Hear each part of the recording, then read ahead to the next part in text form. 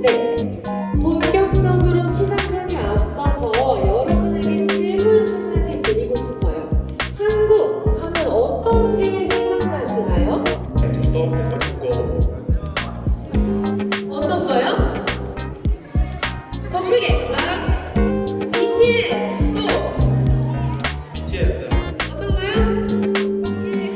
누구? 유키즈! 저희가 생각나시는구나. 사랑합니다. 잠시만. 마지막으로 앞에 앉으신 예쁜 머플러 하고 계신 분께 제가 한번 여쭤보도록 하겠습니다. Я бы хотел спросить вас. Когда я слышу Корея, я вижу очень красивые корейские холмы, покрытые очень богатой растительностью зеленой. 이렇게 아름다운 환경을 생각하시나요? 감사합니다. 아마 제가 예상했던 대로 이분들 다 나오시네요. 다들 알고 계신 것 같아요.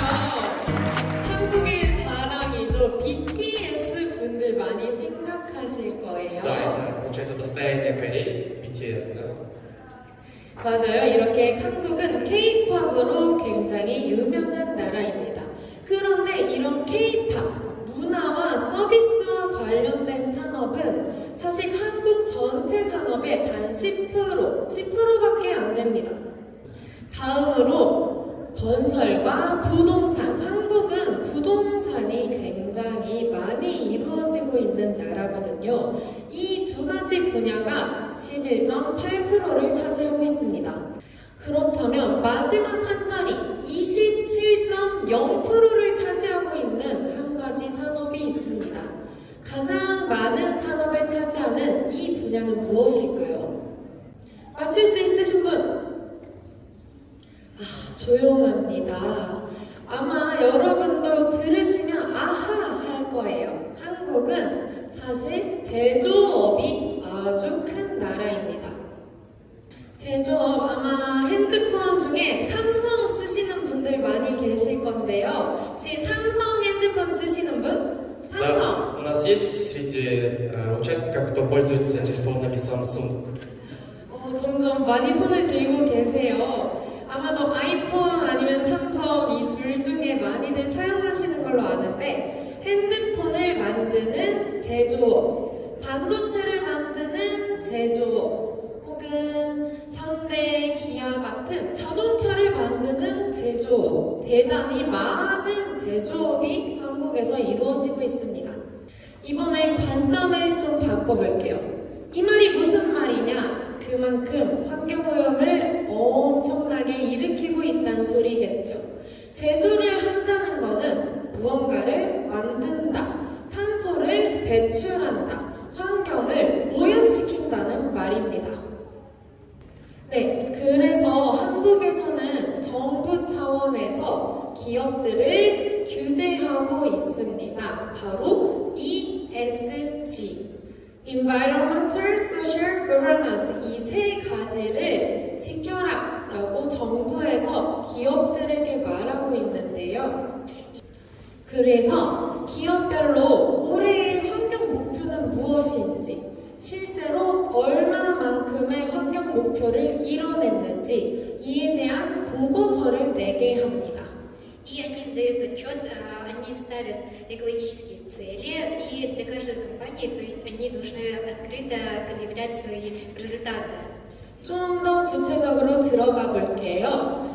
그렇다면 우리나라에서는 2050년까지 탄소 중립을 실천하겠다는 목표를 가지고 있어요. 이 목표 안에서 각자의 기업들이 어떻게 이뤄낼 것인지를 계획하고 있는 것이죠. 그래서 탄소 중립이 뭔지 먼저 간단하게 설명을 드릴게요. 탄소 중립이라는 건 우리가 아까 핸드폰 만들고 이것저것 만들면서 배출하는 탄소의 양을 줄여보자는 의미예요. 어떻게 줄이냐? 탄소를 만드는 양 자체도 줄이고 마저 줄이지 못한 양은 우리가 친환경 에너지를 사용하거나 다른 방법으로 메꿔보자. 그래서 결과적으로 우리가 내뿜는 탄소와 뽑아들이는 산소, 이 두 가지를 갖게 하는 것이 바로 탄소 중립입니다. 그래서 정부에서 구체적인 방법 5가지를 제안을 했어요. 먼저 방법 첫 번째, 전기와 수소를 모든 부분에 이용하자는 거예요. 예를 들면 지금의 자동차는 석유를 위해서 돌아가게 되죠. 이거를 전기차, 수소버스 등으로 친환경 에너지로 바꿔보자는 거죠.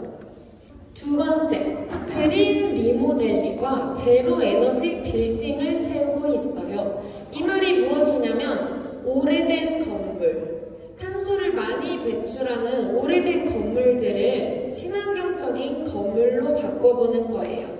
건물에 태양광 패널을 설치하고 조금 더 탄소를 덜 배출할 수 있는 장치들을 마련해 주는 거죠. 그리고 세 번째, 이산화탄소를 포집, 저장, 활용할 수 있는 탈탄소 미래 기술을 개발하고 있습니다. 용어가 약간 어려운데요. 그냥 이산화탄소를 어떻게 모을 수 있을지, 이산화탄소에 있는 탄소를 가지고 다른 물질을 만들어낼 수 있는 과학 기술을 개발하는 것입니다. 자, 벌써 4번째까지 왔는데요. 재활용과 재사용을 최대화하는 것입니다. 이것은 저희가 우리 KKC 학생분들과 열심히 하고 있는 활동이기도 한데요. 특히 우리나라에서는 재활용을 어떻게 하고 있는지 좀 소개해드리려고 합니다. 분리배출 시스템이 2022년부터 조금씩 바뀌고 있거든요. 우선 투명 페트병을 따로 분리배출하게 되었습니다. 원래 페트병은 색깔에 상관없이 다 같이 모았는데 이제 따로따로 모아주는 것이죠. 다음으로 커피 찌꺼기. 한국에서는 커피를 정말 많이 마셔요. 아침, 점심, 저녁 최소 3번을 먹는데요. 이때 나오는 커피 찌꺼기들을 모아서 톱밥, 대체제, 악취 제거제 같은 물품으로 재활용을 하고 있습니다. 다음, 일회용 컵 보증금 제도인데요. 아마 여기 있는 기업들 중에 혹시 키르기스탄에 들어와 있는 게 있나요? 어떤 거요?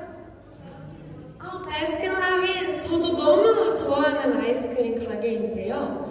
이런 곳에 가면은 일회용 컵들을 주잖아요. 저희는 12월부터 이 일회용 컵을 사용하려면 돈을 내야 합니다. 실제로 시행 예정인 정책입니다.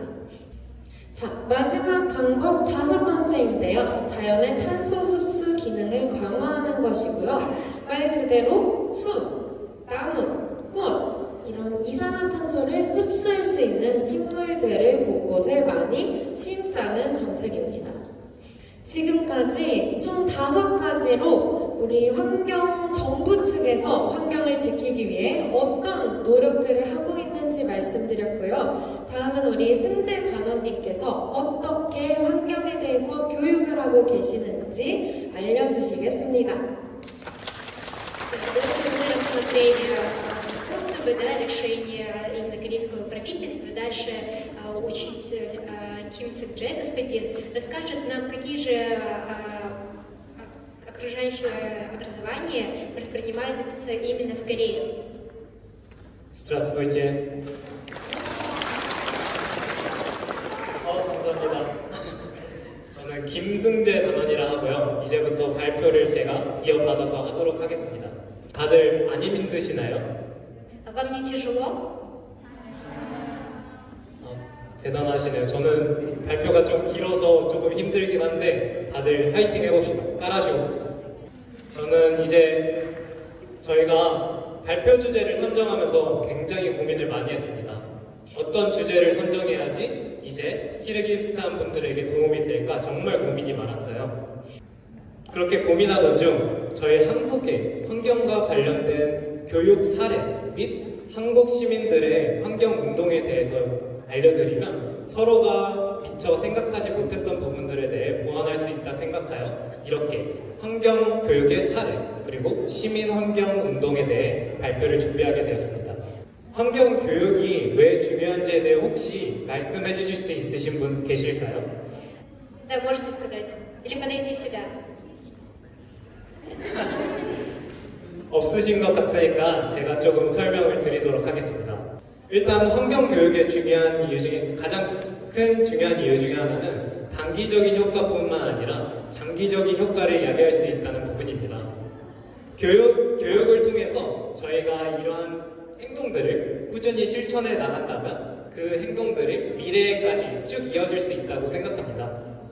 또한 저희가 환경 교육을 통해 그 환경 학습 행위 자체가 그 사람한테 의미가 있고 그 사람의 삶의 일부가 될 수 있다고 생각합니다.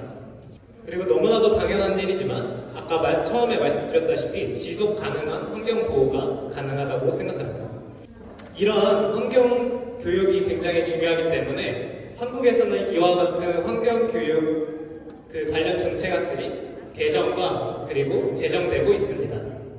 사실 이러한 개정안들 자체가 개정 또는 제정된 환경 정책들이 중요하기는 하지만 저희는 이것들에 대해 알아보는 것보다는 근 10년간 최근 한국에서 굉장한 환경에 관심을 통하여 이러한 변화들을 이루고 빠른 속도로 많은 환경에 대한 노력들이 이루어지고 있다는 점을 여러분들이 알아주셨으면 좋겠습니다.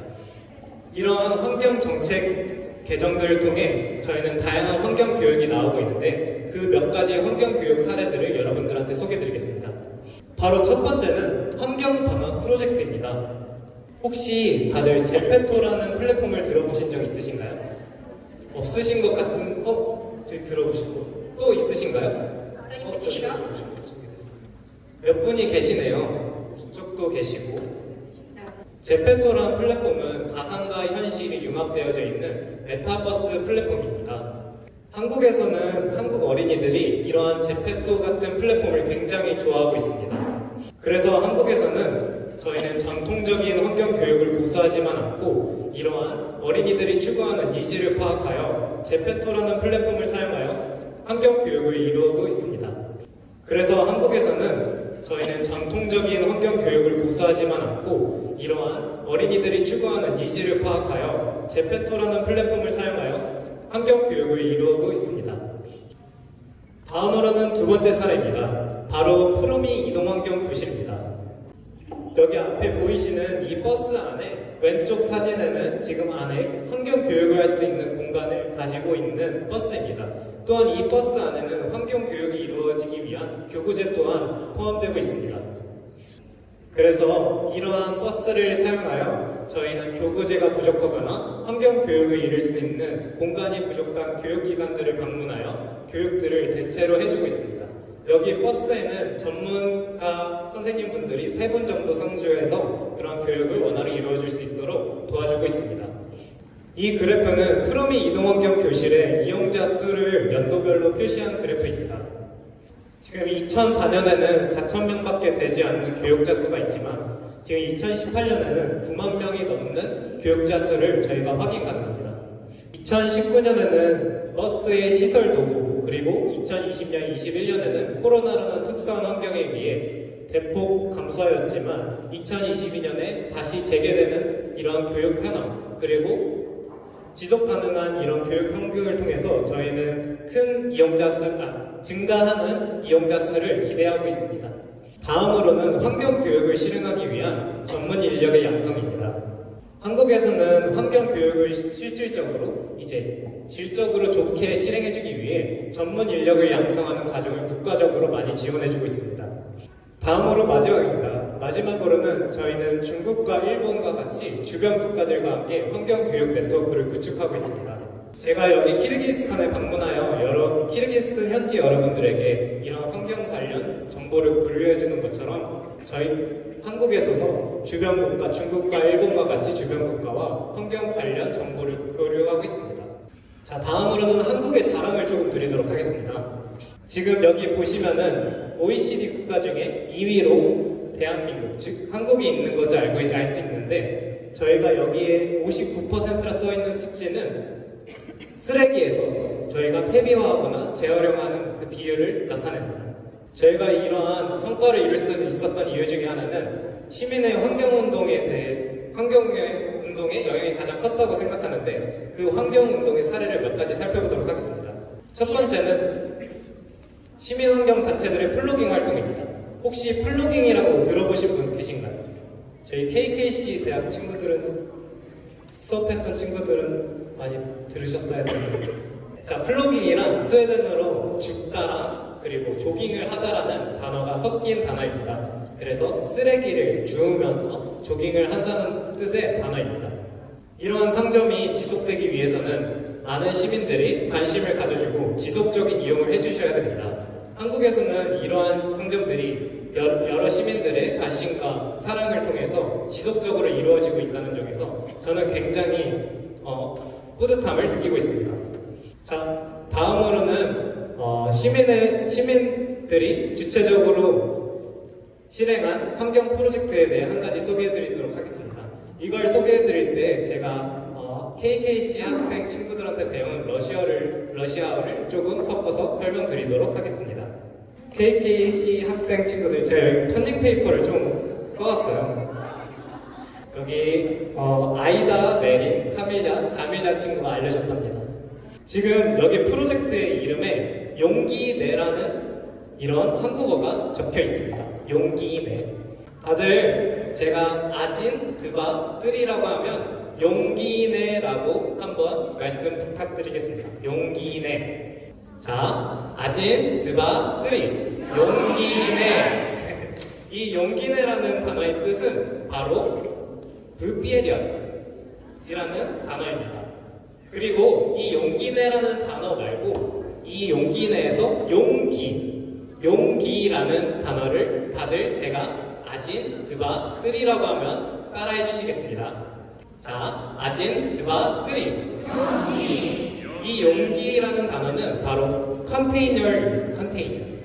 그래서 여기 프로젝트가 의미하는 바는 컨테이너를 사용하는 부피에려 하자라는 뜻입니다. 자, 다들 이와 같이 여러 환경 관련 운동들이 한국에서 진행되어져 있는 만큼 키르기스탄에서도 이러한 비슷한 여러 환경 운동들이 이루어졌으면 좋겠습니다. 부피에려 따라쇼. Вперед!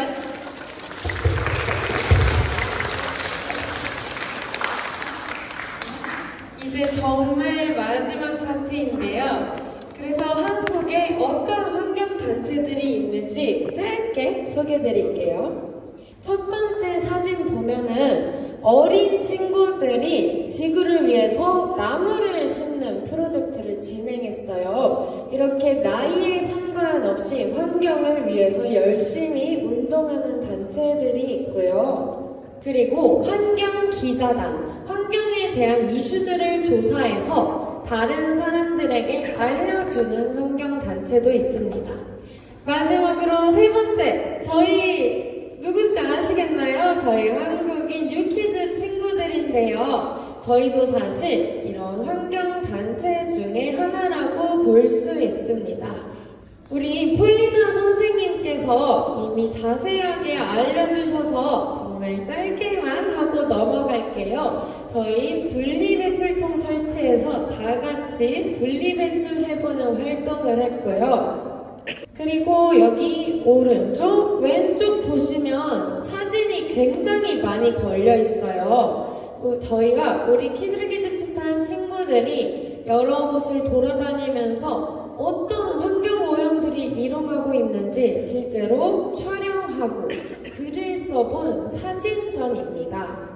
저희가 오전부터 열심히 꾸몄으니까 한번 슥 둘러봐 주시고 옆에 있는 화이트보드에 간단하게 어땠는지 적어주시면 스바시바 감사드리겠습니다. 다음으로 환경무용 챌린지, 환경에 대한 노래에서 신나게 춤을 추는 챌린지를 했었는데요. 짧게 한번 보여드릴게요.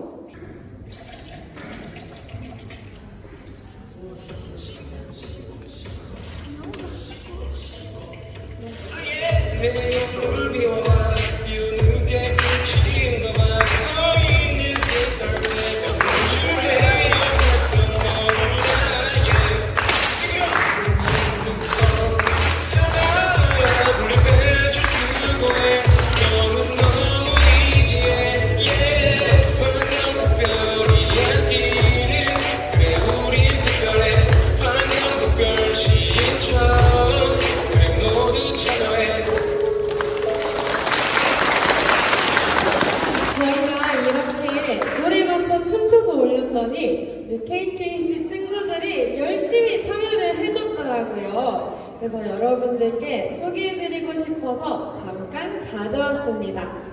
노래 내용은 정말 간단해요. 이렇게 빈 페트병을 어떻게 분리배출할 수 있을지에 대한 내용인데요. 아, 이쯤 되면 박수가 나와야 하는데요. 자, 빈 페트병을 이렇게 살살살 박수